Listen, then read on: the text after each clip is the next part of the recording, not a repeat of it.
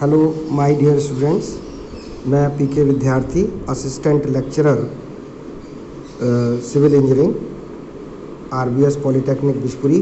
मैं आज आपको कंपास सर्वे के अंतर्गत नेक्स्ट टॉपिक लोकल अट्रैक्शन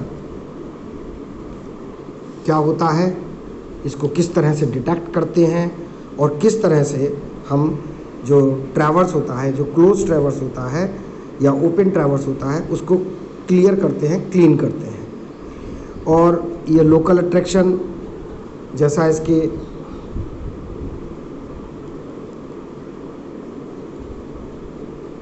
नाम से स्पष्ट है, लोकल अट्रैक्शन मतलब एक पर्टिकुलर स्टेशन पॉइंट ए पर कोई आकर्षण, अट्रैक्शन मतलब आकर्षण, प्रतिकर्षण, आकर्षण, इसके चारों तरफ, एक स्टेशन पॉइंट ए के चारों तरफ यदि यहाँ पर कोई चुंबकीय पदार्थ जैसे लोहा है,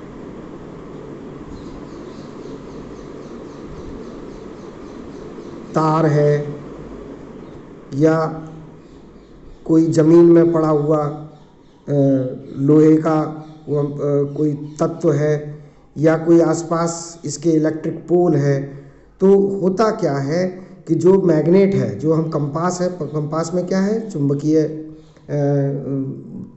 अफेक्ट प्रभाव है, क्योंकि इसमें चुंबक होती है कंपास में। जब आपके कंपास में चुंबक होती है या और आसपास यदि कोई लोहे का पदार्थ होता है, तो उसकी वजह से क्या होता है कि जो इसकी निडल है, कंपास की जो निडल है, वो डिफ्लेक्ट हो जाती है, अर्थात अपने स्थान से विचलित हो जाती है। जब अपने स्थान से डिफ्लेक्ट हो जाती है, मैग्नेटिक निडल डिफ्लेक्ट मतलब विचलित हो जाती है।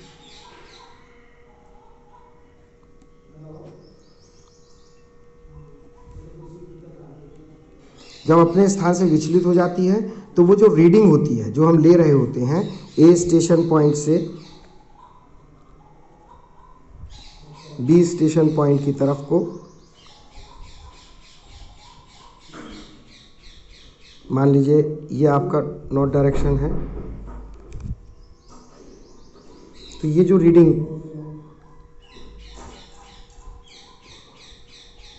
ली जाती है वो रीडिंग फोर बियरिंग, और यहाँ पर ये बैक बियरिंग।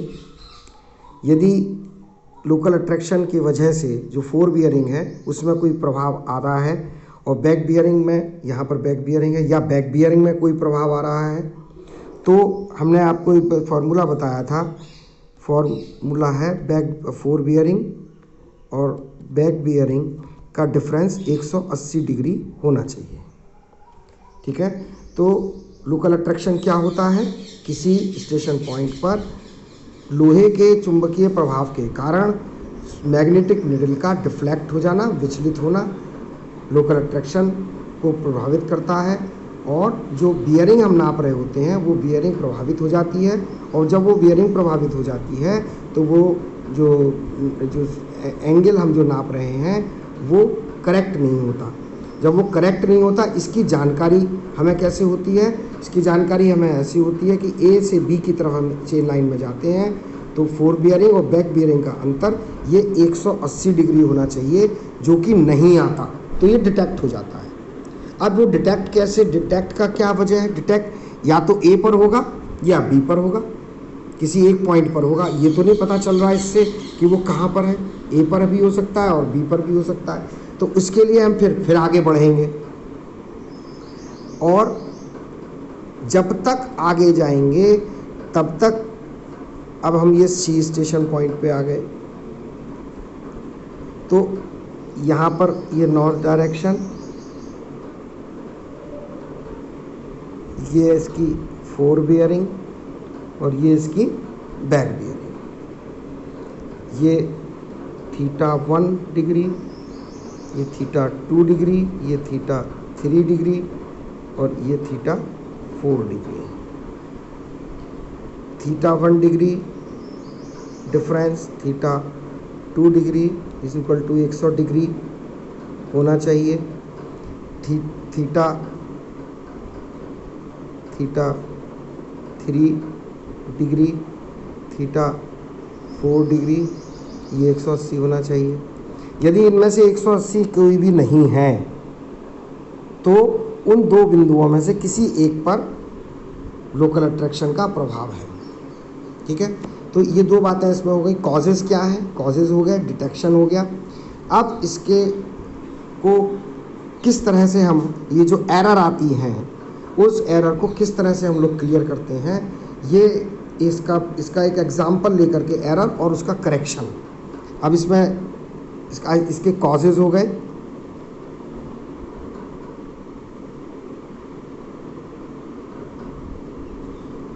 डिटेक्शन हो गया,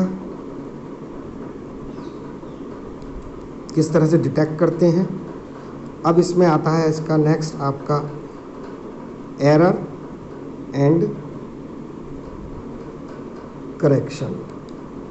इसके लिए हम एक कोई न्यूमेरिकल प्रॉब्लम उठा लेते हैं किसी क्लोज ट्रैवर्स की या ओपन ट्रैवर्स की, तो उससे ये क्लियर हो जाएगा कि हम उसको क्या से एरर होती है और किस तरह से उसको हम करेक्ट करते हैं। इसमें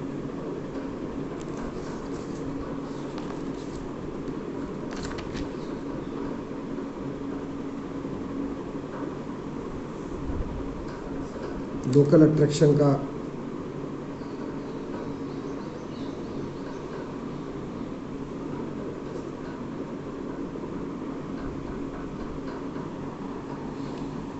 सवाल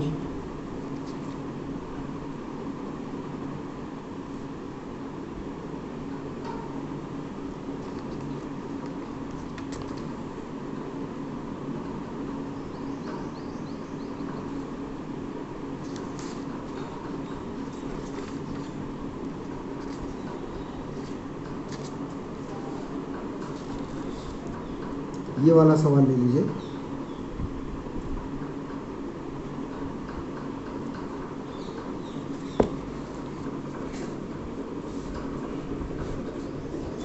सवाल मैं यहाँ पर नोट कर देता हूँ।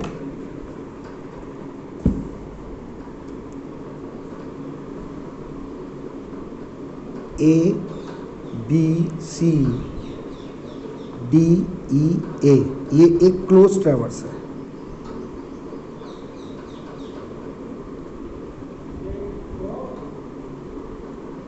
ठीक है, और इसके A B, B C, C D, D E और ई ए, ये लाइन है जिसमें इसकी 4 बियरिंग है। एफ बी 4 बियरिंग और बैक बियरिंग। 4 बियरिंग है 74 डिग्री, 254 डिग्री,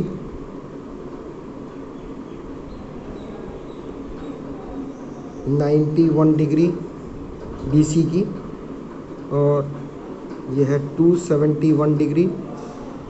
सीडी है 166 डिग्री से 343 डिग्री, फिर है 177 डिग्री टू 0 डिग्री, और ई ए है 189 डिग्री से 9 डिग्री। तो ये न्यूमेरिकल प्रॉब्लम है। अब इस प्रॉब्लम में हमें ये फाइंड आउट करना है कि किस पर लोकल अट्रैक्शन है और कितना है, और उसे करेक्ट करना है। सबकी 4 बियरिंग बैक बियरिंग दी हुई है। अब देखिए, हम इसे यहाँ से शुरुआत करें तो 254 डिग्री माइनस 74 डिग्री, तो ये आपका 180 डिग्री आता है। अर्थात इसके ए और बी पर लोकल अट्रैक्शन नहीं है। ए एंड बी फ्री, स्वतंत्र है। ठीक है, आगे आ जाइए। बी सी पर देखिए 271 -91। यहाँ पर भी ये डिफरेंस दोनों का 180 डिग्री आता है, अर्थात बी एंड सी फ्री, यह भी लोकल अट्रैक्शन नहीं है। सी डी पर आ जाइए, 343 -166, ये आपका आया 177 डिग्री। ये जो डिफरेंस आया आपका 177 डिग्री का डिफरेंस आया। इट मीन्स यहाँ पर देखिए सी तो फ्री था, इसका मतलब सी फ्री है तो इट मीन्स डी पे लोकल अट्रैक्शन है। सी फ्री है, डी पे लोकल अट्रैक्शन है एट पॉइंट डी। कितना है ये देखेंगे, तो इसको करेक्ट करना, मतलब डी पॉइंट पर ये जो बैक सी से डी वाली रीडिंग तो सही है। जब ये रीडिंग सही है तो इसमें 166 प्लस 180 आप जोड़ें तो ये आती है रीडिंग आपकी 346। तो यदि यहाँ पर ये 346 डिग्री हो जाए तो ये करेक्शन हो जाएगा, ठीक है। तो इसका मतलब ये हो गया कि यहाँ पे जो एरर है वो एरर कैसी है, माइनस में है। 3 डिग्री एरर है माइनस में, और करेक्शन होगा +3 डिग्री।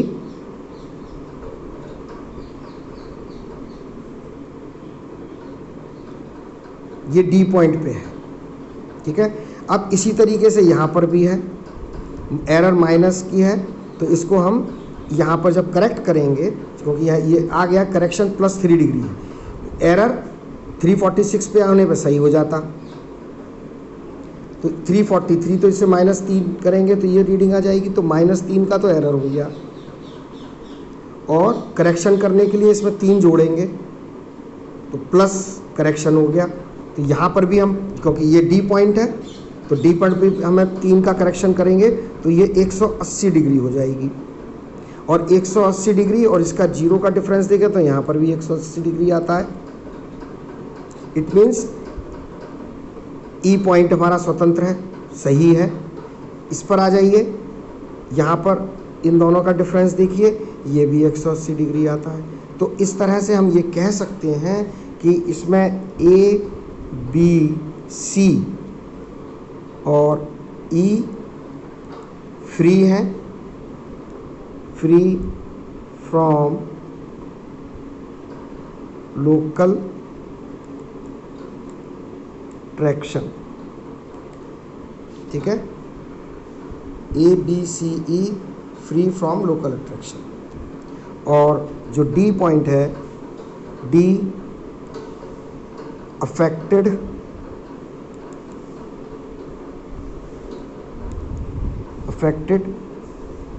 विद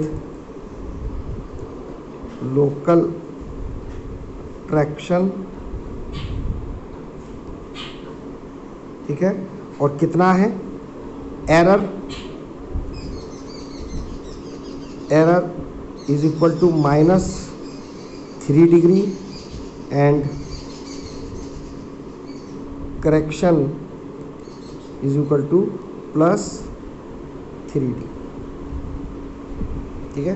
तो ये एक क्वेश्चन, और लोकल अट्रैक्शन क्या होता है, लोकल अट्रैक्शन डिटेक्ट किस तरह से करते हैं, उसका एरर क्या होती है और एरर को रिमूव किस तरह से करते हैं, ये सारी बातें इस पार्ट में आपको बताई गई हैं। इसमें और भी आगे न्यूमेरिकल होंगे, उनको आप इसी तरह से करेक्ट करेंगे।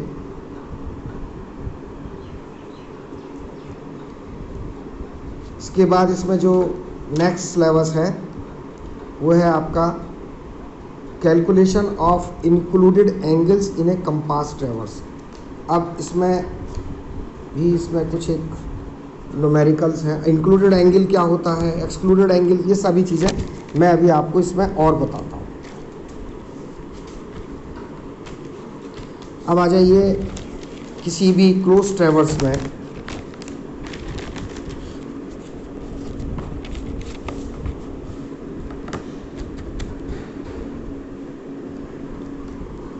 ट्रैवर्स, 2 तरह के ट्रैवर्स मैंने आपको बताए थे। एक था क्लोज्ड और दूसरा ओपन। तो जो क्लोज ट्रैवर्स था वो क्लोज ट्रैवर्स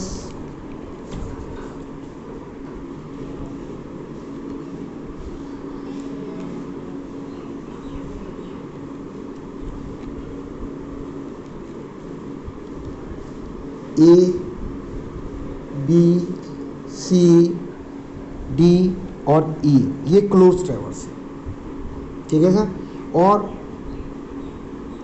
ये जो एंगल है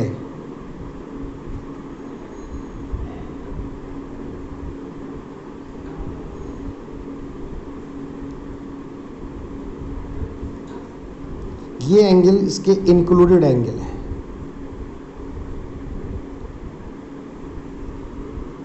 ये इंक्लूडेड एंगल है।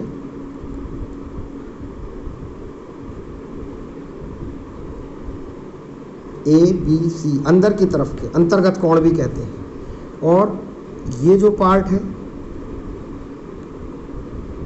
ये एक्सक्लूडेड वह है।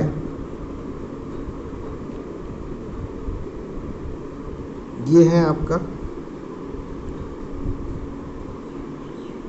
एक्सक्लूडेड एंगल, वह है तक। एक एंगल और होता है जिसमें हम लोग कहते हैं डिफ्लेक्शन एंगल। मान लीजिए ए बी लाइन को हमने आगे बढ़ाया और ये कितनी मुड़ी, ये कहलाता है डिफ्लेक्शन एंगल।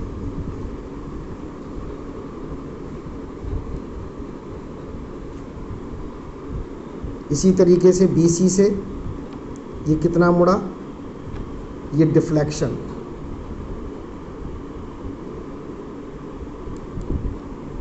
सी से डी में कितना डिफ्लेक्ट हुआ,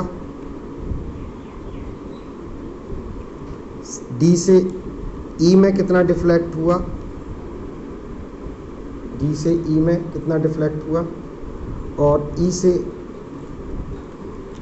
ए में कितना डिफ्लेक्ट हुआ, ये डिफ्लेक्शन एंगल। सॉरी। तो ये इस तरह से इसमें ये एंगल्स हैं और इन एंगल्स को आप कैलकुलेट कर सकते हैं। इंक्लूडेड एंगल, एक्सक्लूडेड एंगल और डिफ्लेक्शन एंगल, ये सभी एंगल बियरिंग के बेस पर, मान लीजिए ये नॉर्थ डायरेक्शन है और सभी के केस में नॉर्थ डायरेक्शन ऐसा ही आएगा।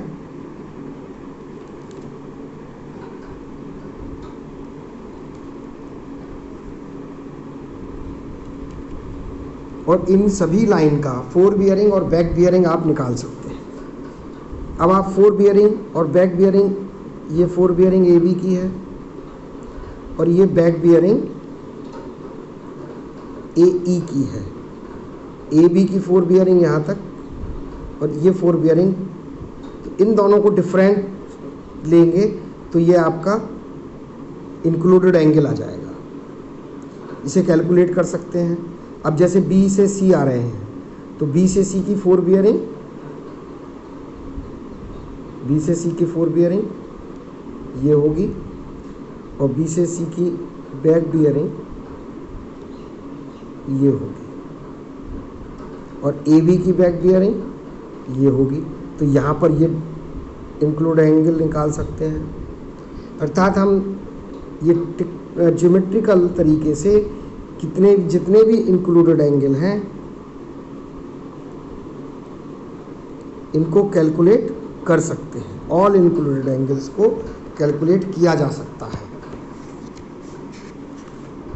तो इसी तरीके से आप इसके एक्सक्लूडेड एंगल को भी कैलकुलेट कर सकते हैं। इंक्लूडेड एंगल और एक्सक्लूडेड एंगल को कैलकुलेशन के बाद में इसमें आप इसको डिफ्लेक्शन एंगल भी निकाल सकते हैं।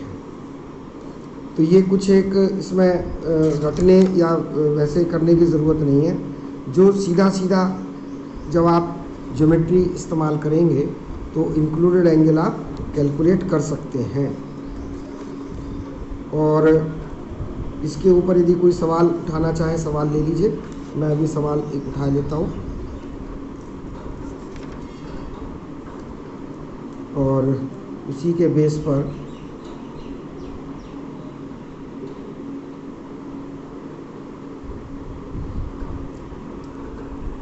ये एक सवाल है, दो सर्वे रेखाएं, दो क्वेश्चन कहता है ये दो सर्वे रेखाएं हैं ओ ए और ओ बी, ठीक है, ओ ए और ओ बी दो सर्वे लाइन है और इनके मध्य का कोण ज्ञात करना है, अर्थात ये कोण हमें पता करना है। ये इंक्लूडेड एंगल ही हो गया, ठीक है। और इसका जो नॉर्थ से मध्य जो कोण दिए हुए हैं, इनके मध्य कोण ज्ञात करना है। तो एक पहला क्वेश्चन ये कहता है कि 35 डिग्री 40 मिनट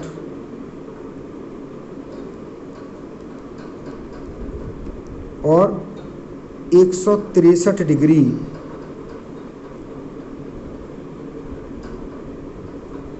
ये वाला, ये हो गया 163 डिग्री 20 मिनट। तो इन दोनों का यदि आप डिफरेंस निकाल लेंगे तो ये एंगल आपका आ जाएगा, जिसे हम कहेंगे इंक्लूडेड एंगल। तो यहाँ पे इंक्लूडेड एंगल क्या होगा, 163 degree 20 minute minus 35 degree 40 minute. इसको माइनस करेंगे तो ये आपका आ जाता है, इसको एक इधर ले लीजिए तो ये हो गया 60 और 20 80, 80 का मतलब ये हो गया 40। एक डिग्री इधर से लेंगे तो 60 मिनट के बराबर होता है। तो ये हो गया 162 और 162 में से 35 डिग्री माइनस कर दीजिए, 162 माइनस 35 ये हो गया 127, 127 डिग्री 40 मिनट। ये इंक्लूडेड एंगल हो गया। तो इसी तरीके से एक इसका जो दूसरा पार्ट है, ये पहला था, इसमें दूसरे में भी वो कह रहा है कि जो एंगल है वो 28 डिग्री 30 मिनट और 325 डिग्री 15 मिनट। यहाँ भी आप इंक्लूडेड एंगल कैलकुलेट कर सकते हैं। अब ये देखिए, किसी भी पॉलीगन, पॉलीगन मतलब बहुभुज के अंतर्गत कोणों का मान क्या होता है, 2n-4 इंटू 90 डिग्री। ये n इज द भुजाओं की संख्या,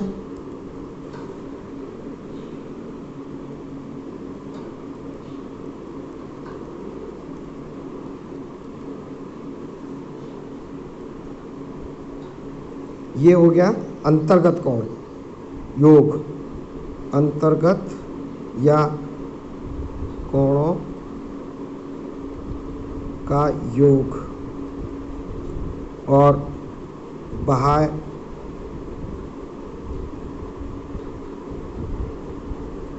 कोणों का योग ये हो जाएगा बराबर 2n+4 इंटू 90 डिग्री। तो यदि आपका कोई पेंटागन है, 5 भुजाओं का है, तो n बराबर 5, तो अंतर्गत कोणों का मान पेंटागन, तो इसमें 2 इंटू 5 माइनस 4 इंटू 90 डिग्री, 10, 5 दूनी 10, 10 में से 4 गए तो 6 इंटू 90, 540 डिग्री, अर्थात पेंटागन के अंतर्गत इंक्लूडेड एंगल का मान योग 540 होना चाहिए। और इसी तरीके से एक्सक्लूडेड एंगल का योग भी आप निकाल सकते हैं। तो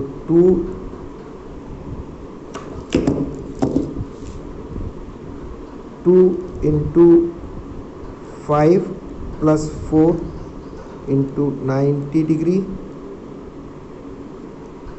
इज इक्वल टू, यहाँ पे कितना हो गया 14 इंटू 90 डिग्री, ये हो जाएगा 1260। ये हो गया एक्सक्लूडेड एंगल का टोटल योग। तो इस तरह से आप ये किसी भी एक्सक्लूडेड एंगल, इंक्लूडेड एंगल और डिफ्लेक्शन एंगल को कैलकुलेट कर सकते हैं।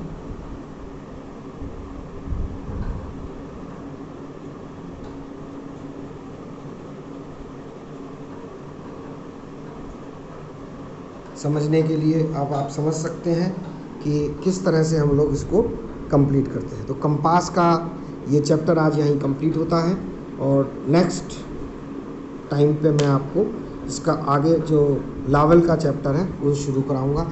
इनके जितने भी संबंधित न्यूमेरिकल्स हैं वो आप लोग कर लीजिए। वो मैंने कुछ करके भी दिखाए हैं आपको और कुछ और भी करने हैं आपको, वो सभी आप लोग करिए। और कहीं कोई प्रॉब्लम आती है तो वो जब आप लोग यहाँ आएंगे तब हम लोग डिस्कस कर सकते हैं। Thank you.